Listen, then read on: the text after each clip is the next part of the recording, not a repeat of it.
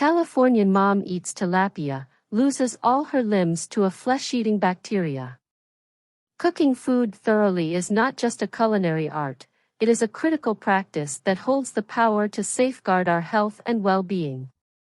Deadly bacteria, such as Salmonella, E. coli, and Listeria, lurk in raw or undercooked foods, poised to wreak havoc on our digestive systems and overall health. But sometimes, the precautions one takes to cook food are simply not enough. Laura Barajas, a 40-year-old mom from San Jose, California, has now become a quadruple amputee after following a possible exposure to undercooked fish and a bacterial infection.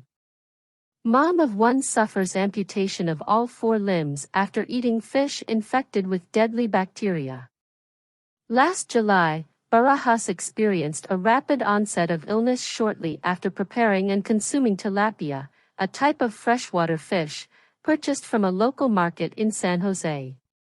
She had reportedly cooked the fish for herself at home. Anna Messina, a friend of Laura, told News 19, "It's just been really heavy on all of us. It's terrible. This could have happened to any of us. She almost lost her life. She was on a respirator. They put her into a medically induced coma.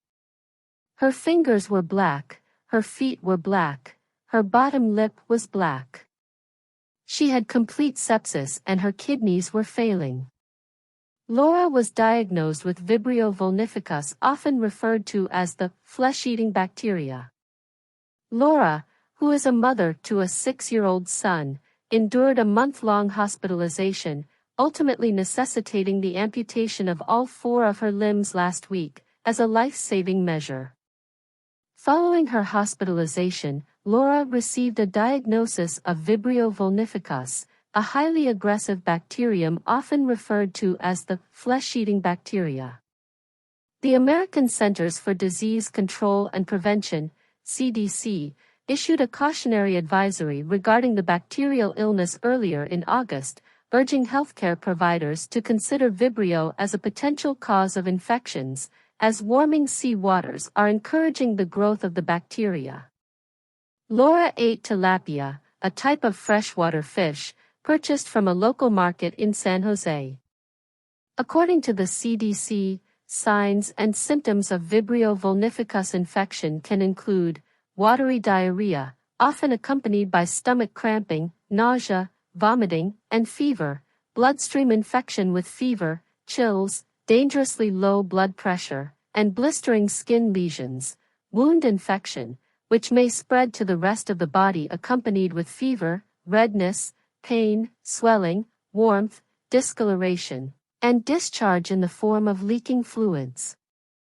University of California San Francisco infectious disease expert Dr. Natasha Spottiswoode told Cron, "The ways you can get infected with this bacteria are, 1, you can eat something that's contaminated with it, and, the other way is by having a cut or tattoo exposed to water in which this bug lives." The flesh-eating bacteria can contaminate food or infect a person through exposed wounds.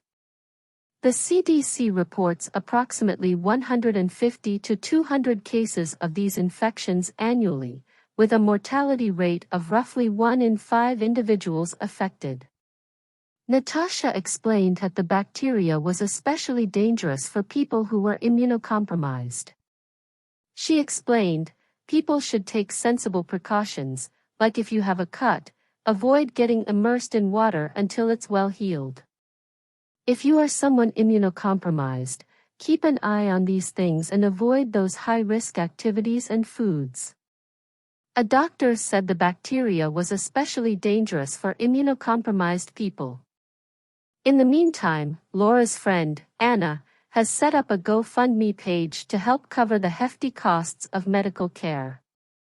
"This family is in desperate need of our help," Anna wrote.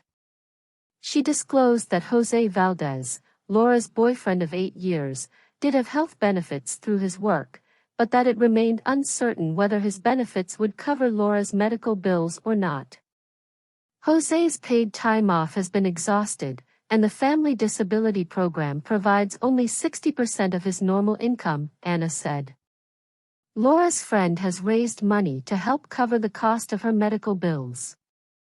She continued, the mounting hospital bills are overwhelming, and Laura's physical condition will necessitate significant changes to their lives as they adapt to her new circumstances.